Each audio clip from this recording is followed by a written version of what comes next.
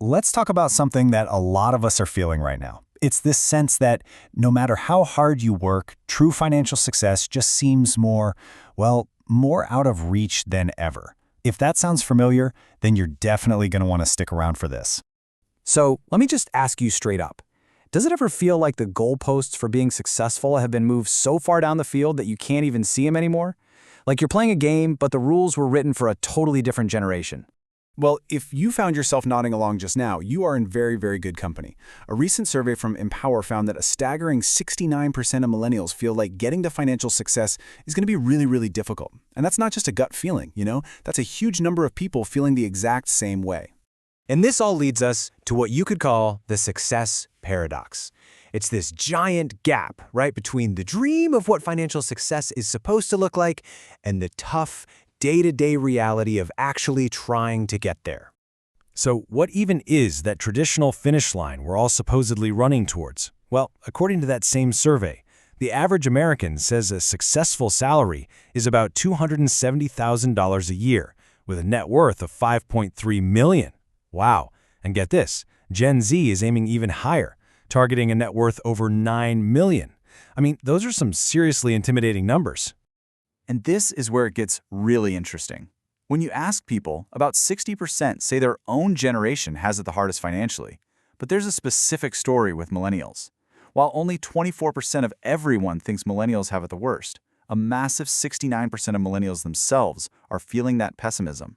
So their own experience is clearly telling them a different story. The question is, why? Look, this feeling doesn't just pop up out of nowhere. It's the result of a really powerful generational headwind. So let's take a look at what actually created this perfect economic storm. The timelines here really tell the whole story, don't they? Baby boomers were launching into their careers during a post-war boom, with more affordable college and a pretty stable job market. Millennials, on the other hand, walked straight into the Great Recession, followed by crippling student debt, sky-high home prices, and then a global pandemic. They weren't just starting from different places. They were running on completely different tracks. This quote from Trevor Houston, the CEO of ClearPath Wealth Strategies, just absolutely nails it.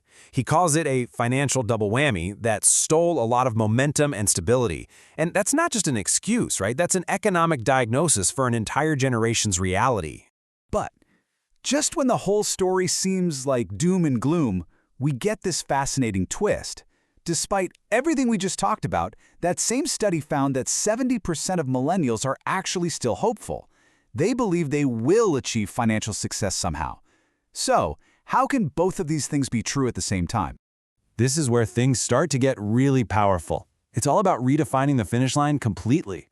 What if that feeling of impossibility isn't because the goal is too far away, but because maybe, just maybe, we've all been chasing the wrong goal? When you actually ask people what success really means to them, the answers might surprise you. Actual wealth? It comes in at just 27%. But look at what ranks higher: happiness, physical well-being, and having free time. It turns out, for most of us, success is less about a number in a bank account and way more about a feeling in your day-to-day life. So, the new goalposts are much more tangible, much more human. For most people, financial success is as simple as paying your bills on time without having a panic attack. It means owning a home one day, being able to afford a vacation, and actually liking the job you go to every day. These are the real metrics of a successful life. And Trevor Houston's quote here again just sums up this new mindset perfectly.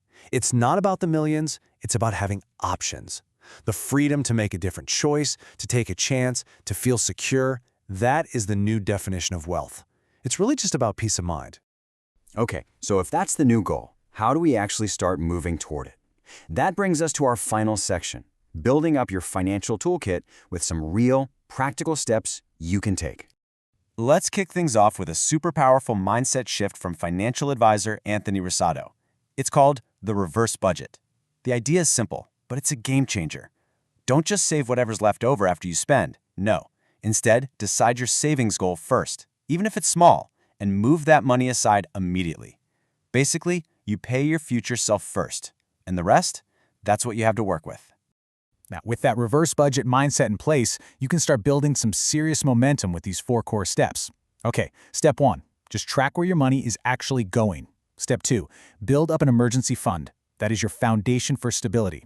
Step 3, aggressively go after any high-interest debt that's basically working against you 24/7. And finally, Step 4, bring it all together into a simple financial plan that points you toward your redefined goals. And hey, if looking at all those steps feels a little overwhelming, just remember this fantastic piece of advice from Anthony Rosado. Reaching some big savings goal, that might not happen overnight, and that's okay. The key is to just start.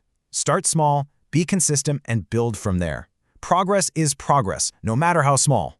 So, we've seen the data, we've looked at the historical headwinds, and we've seen this incredible shift toward a new, more meaningful definition of success. But at the end of the day, it all really comes down to this. The real takeaway here isn't about hitting some random million-dollar benchmark somebody else set. It's about taking a minute to answer this question for yourself. What does financial success really mean to you? Because answering that, that's the first real step on the path to actually getting there.